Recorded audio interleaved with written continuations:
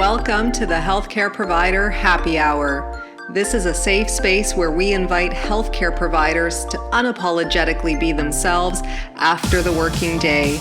My name is Jennifer George, and each week I will share stories, ideas, and guests that will help transform your stress to success and fulfillment. Are you with me? Grab your drink of choice and let's chat.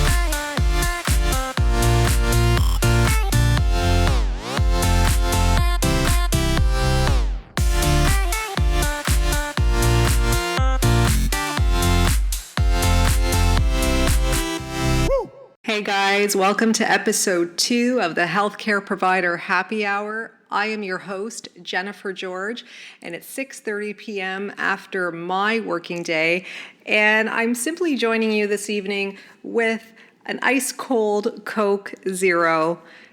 Don't kill me, don't yell at me. I know it has aspartame, I know it's not the healthiest option, but I've always said that healthcare providers are not perfect. While we know what's healthy and what isn't healthy, we do just strive to stay well and happy. And the way I see it is, would I be more miserable without having the Coke Zero today? And the answer is yes. So indulge it is. Okay, guys, so let's get on with the show. Back when I became a physiotherapist over 12 years ago, I remember wanting to become one because I was fascinated with the science of the human body, and I also wanted to help people use their body and move their body to live optimally again. But nowadays, if you're somebody who's considering a career in healthcare and you hop onto social media or media in general, you're going to see that a lot of the attention around it is negative. And it's no surprise that a lot of people now do not want to get into healthcare. But this podcast today is to talk to you more about why now would actually be the best time to get into healthcare. Now would actually be the time to turn this negativity into an opportunity. So a lot of the most successful entrepreneurs and the most successful leaders in personal growth will tell you that when there are times of negativity, in our case in healthcare, things like burnout, things like hallway medicine, things like poor communication between healthcare providers and patients and the coordination of services. When things are rough and we're going through a spell, it's actually, if you think about it, a time to envision.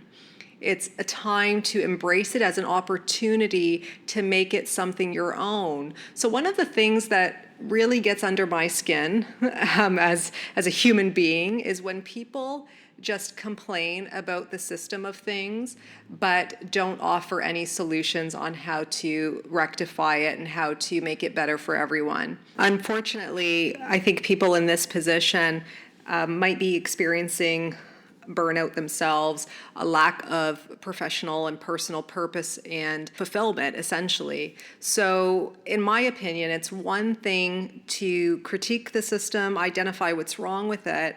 It's another thing to offer solutions on how to improve it, but it's an even better thing to actually get into action and create those solutions so that you can improve healthcare for all. Because at the end of the day, whether we are patients or providers, we are all a part of the system and we are all affected by the system. So, I'm all in favor of everybody doing their part. So wherever you see a gap in your own healthcare journey or in the journey of your patients that you think could improve upon, then I highly encourage you to get into action and make it your own.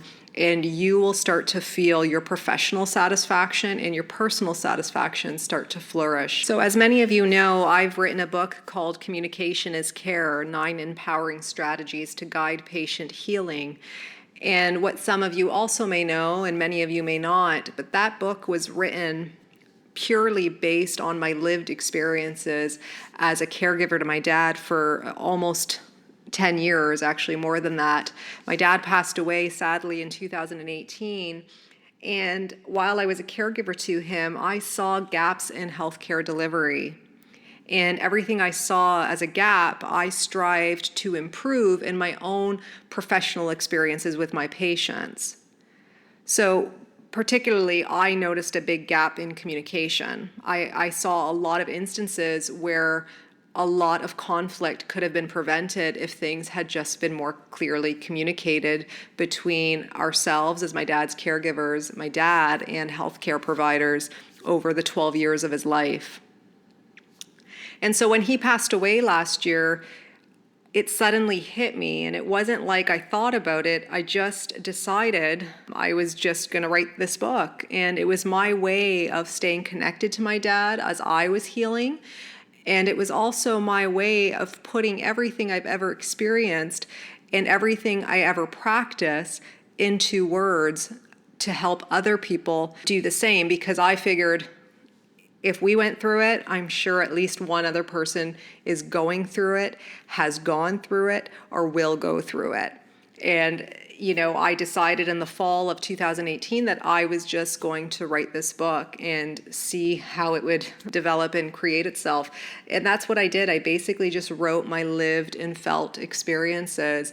And that is what I mean when I say create something out of what appears to be a negative situation. I think it's really unfortunate right now that many healthcare providers, if you ask them if they would do it all over again, if they would choose the same profession or the healthcare profession, and what healthcare providers are starting to say is no, that they wouldn't go into healthcare.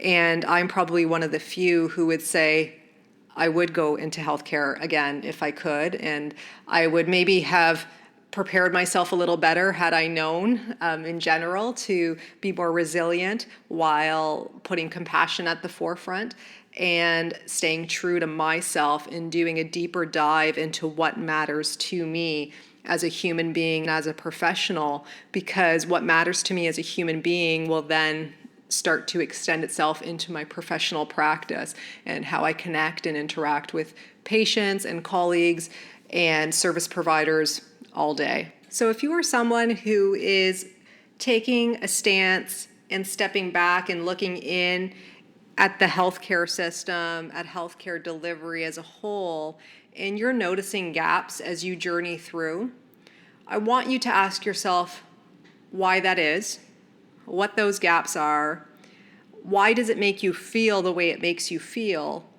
and what can you do about it? And I don't mean that you have to put yourself out there, guys. I'm not saying that you need to go on social media and you need to do anything like that. In fact, I don't advise that. I don't advise that unless you are 100% certain that that is what you think will help, that is what you believe will help, and that is how you truly feel. What I want you to do is in your quietest moments when you're reflecting, I want you to write things down and I want you to say them out loud. Like, why do you think this needs to improve? Why do you think you are the person to do it?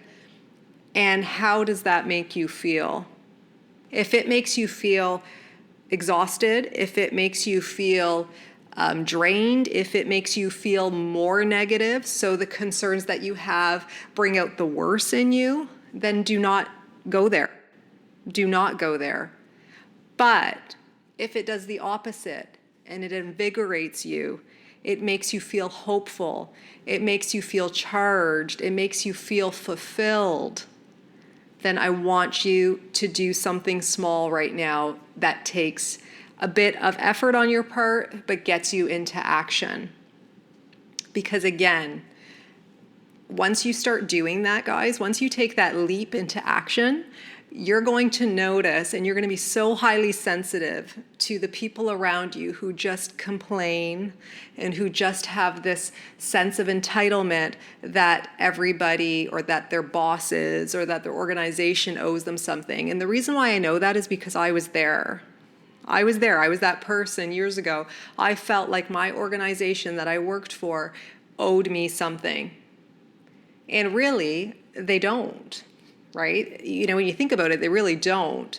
So it's my decision to either adapt and embrace their framework or to dig deeper into what matters most to me and what I believe would be most beneficial for my patients, and then to act on that. And that was what I did. And when I did that, doors started to open for me. And my personal growth and my professional growth started to kind of run parallel to each other. And my satisfaction, not only with my work, but also with my life, started to improve. And so now this is why I can do things like this, because it fulfills me, it charges me, it invigorates me, it doesn't drain me. It does not drain me to sit here and talk to you about what I'm passionate about. And what I'm passionate about is inspiring you, empowering you, and guiding you to take action. And not only that, I want to interact with you. So I want you to get back to me after you've listened to this podcast, and I want you to say, Jen, I agree, I don't agree, I tried to do this, it wasn't easy, can you help me? Whatever it is, I want to hear it, because that is the only way to move things forward. You don't have to be an ass about it if it's negative. That's not what I'm saying, because that I won't entertain. But if you have something to say that's civil, something to say that is an agreement or disagreement, but you have your way and that new way, I would love to hear it, because that is the way of bringing everything together and making our healthcare system a comprehensive experience for everybody. So if you guys want to get a hold of me, you can find me on Twitter at JenGeorge08. That's with 2 N's, as well as Instagram. And Facebook is Jennifer George.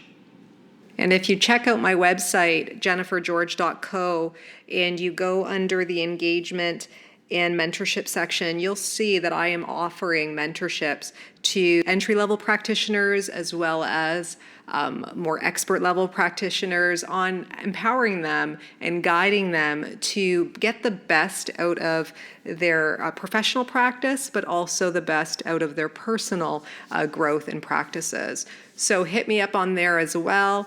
And we are hosting a local event in Windsor, Ontario called Flow.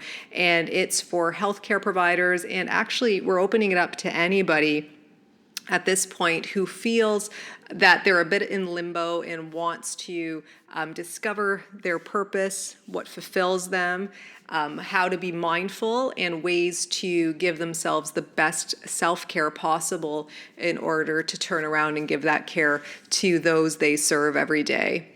Thank you so much, guys, for listening in. I appreciate your time as always, and remember to stay happy.